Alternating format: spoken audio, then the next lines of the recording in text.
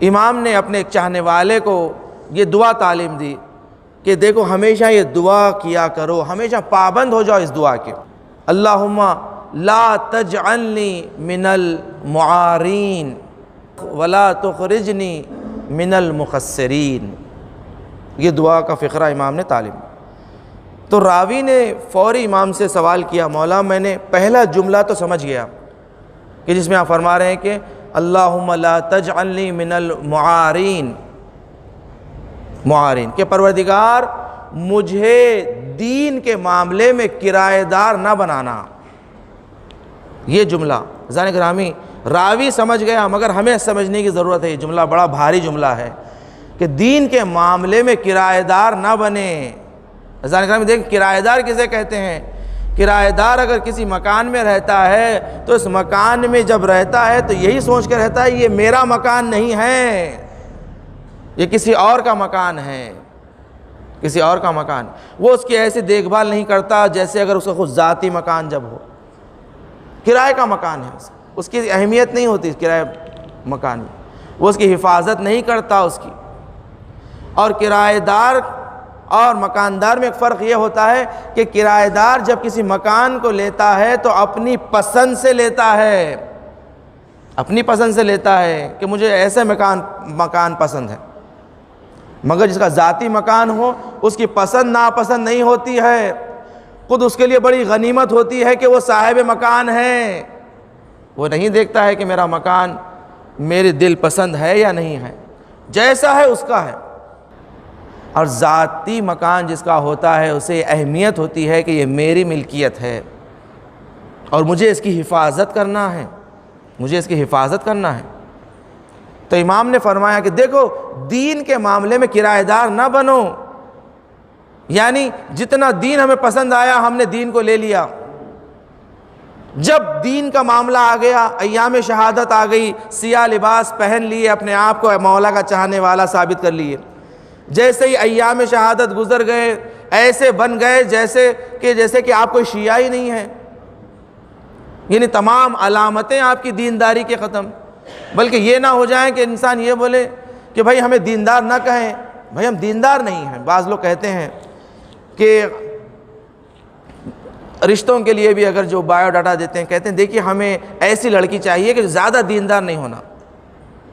زیادہ دیندار یعنی ماحول کے حساب سے چلنا، جہاں بے حجاب ہونا ہے بے حجاب ہو جانا، اور جہاں حجاب پہننا حجاب پہننا۔ عاشور خانوں کو جا رہی حجاب کر لیں، مجلس میں جا رہی چلو حجاب کر لیں، کوئی بات نہیں، دسترخوان کر رہے ہیں نظر کر رہی حجاب کر لیں، مگر شادی میں جا رہی، جشنوں میں جا رہی، محفلوں میں جا رہی،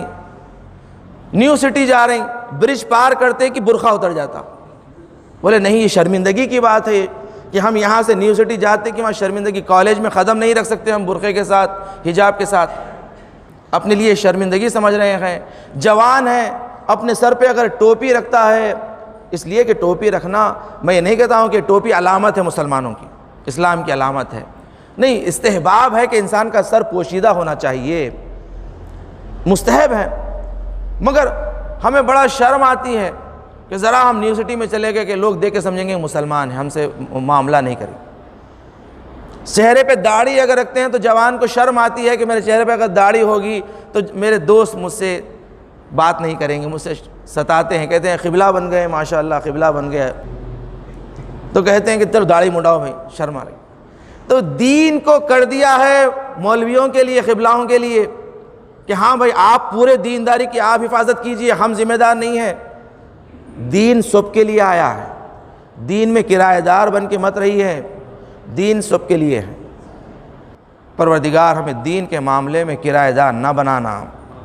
ولا تخرجنی من المقصرین، اور پروردگارہ مجھے ان میں سے بھی قرار نہیں دینا اور ان میں سے خارج نہیں کر دینا کہ جو اپنی خطاؤں کو قبول نہ کرتے ہوں۔ یعنی ہم بتا رہے ہیں کہ دیکھو انسان جو بھی عمل کرتا ہے یاد رکھو اپنی تقصیر کو پروردگار کی بارگاہ میں پیش کرو کہ پروردگار میں نے جو بھی عبادت میں نے کی ہے یقیناً اس میں تقصیر ہے،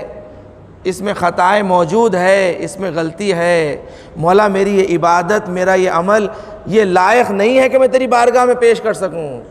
عزیزان گرامی کہ دیکھیں بعض لوگ تو اتنے امیدوار ہو جاتے ہیں، ایک حج کر لیے، ایک زیارت کر لیے تو بولتے ہیں بس خبر کا انتظام کر لیا، اپنی بخشش کا انتظام کر لیا، اب جو چاہے کروں، جو چاہے گناہ کروں، شراب پیوں، قتل کروں، لوگوں کا مال لوٹ لوں، دھوکہ دوں، فریب کروں، قرض لے کے واپس نہ کروں، اس لیے کہ اب میں نے تو اپنے خبر کا انتظام کر لیا، مولا آئیں گے بچا لیں گے۔ کون ہوتا مولا کے مقابل میں آنے والا؟ اتنی ڈٹ کے ہم اپنے عمل پہ بڑے بھروسہ مند ہو جاتے ہیں۔ عزیزان گرامی اہل بیت سکھا رہے ہیں کہ دیکھو بڑے سے بڑا عمل کرو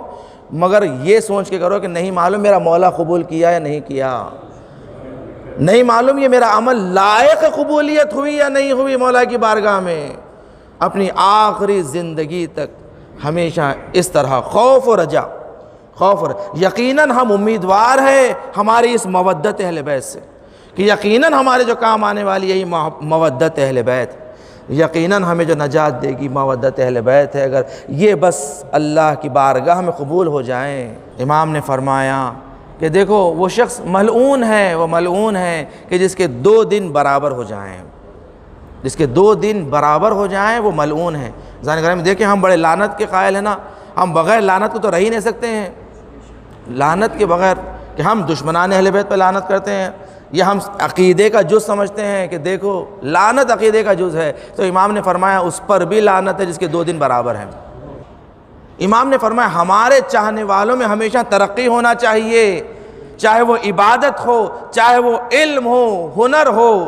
دنیا میں بھی ہو تو ہمیشہ تم میں اضافہ ہونا چاہیے، تمہارے نالج میں اضافہ ہونا چاہیے۔ عزیزان گرامی دیکھیں امام نے فرمایا 2 دن جس کے برابر ہو وہ ملعون ہے۔ عزیزان گرامی امام نے فرمایا دیکھو زندگی کے لمحات تمہارے لیے غنیمت ہے،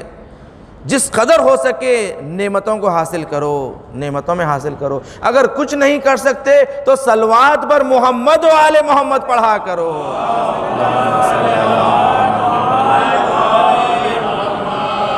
اس لیے کہ جب تم صلوات بھیجتے ہو تمہارے درجے بلند ہوتے جاتے ہیں، بلند ہوتے جاتے ہیں۔